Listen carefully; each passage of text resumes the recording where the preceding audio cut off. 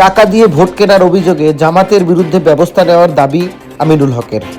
ঢাকা ১৬ আসনের বিএনপি মনোনীত ধানের শীষের প্রার্থী আমিনুল হক অভিযোগ করেছেন, জামাতে ইসলামী টাকা বিতরণের মাধ্যমে ভোট কেনার চেষ্টা করেছে। তিনি বলেন, গতকাল সকালে ও বিকেলে দুটি স্থানে বোরকা পরে অসহায় মানুষের মধ্যে টাকা দেওয়ার সময় সংশ্লিষ্টদের হাতে নাতে ধরা হয়। পরে পুলিশ তাদের আটক করে এবং ঘটনায় অভিযোগ দায়ের করেন। শুক্রবার প্রচারণার ১৬তম দিন পল্লবীর ৩ নম্বর ওয়ার্ডের সবুজ বাংলা মদিনানগর ও আরশিনগর এলাকায় গণসংযোগকালে এসব কথা বলেন তিনি।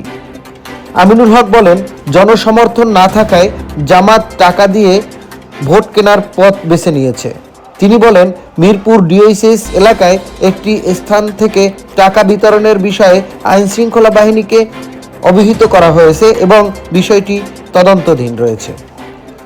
ধানের শীষে ভোট দিলে ফ্যামিলি কার্ড দেওয়া হবে এমন অভিযোগকে ভিত্তিহীন উল্লেখ করে তিনি বলেন, এসব এলাকায় সিসিটিভি নজরদারির কোনো ব্যবস্থা নেই। সিসিটিভি ফুটেজের দাবির কোনো সত্যতা নেই। এলাকার উন্নয়ন প্রসঙ্গে আমিনুল হক বলেন, উদ্বাস্তু ও জনগোষ্ঠীর স্থায়ী পুনর্বাসন, বিনামূল্যে শিক্ষা, স্বাস্থ্যসেবা নিশ্চিত করাই তার অগ্রাধিকার। পাশাপাশি জলাবদ্ধতা ও মৌলিক সমস্যার সমাধানে কাজ করার প্রতিশ্রুতি দেন তিনি।